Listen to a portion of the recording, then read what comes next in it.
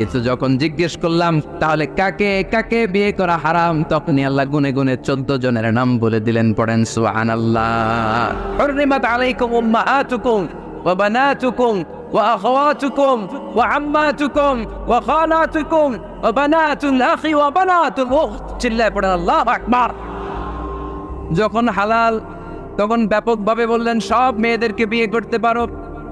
মুসলিম যত নারী হয়, বাংলাদেশের হোক, পাকিস্তানের হোক, ইন্ডিয়ার হোক, গোটা বিশ্বের যে কোনো জায়গার মুসলিম নারী হলেই সেটা হালাল। কিন্তু হারাম কোনটা যখন জিজ্ঞেস করলাম, গুনে গুনে বললেন মাকে বিয়ে করা হারাম, নিজের কন্যাকে বিয়ে করা হারাম, বোনকে বিয়ে করা হারাম, ফুফিকে বিয়ে করা হারাম, খালাকে বিয়ে করা হারাম, ভাতিজিকে বিয়ে করা হারাম, নিজের ভাগ্নিকে বিয়ে করা হারাম। সুবহানাল্লাহ পড়বেন না? তাহলে সহজ না কঠিন? চিল্লায় বলেন, কি সহজ ইসলাম।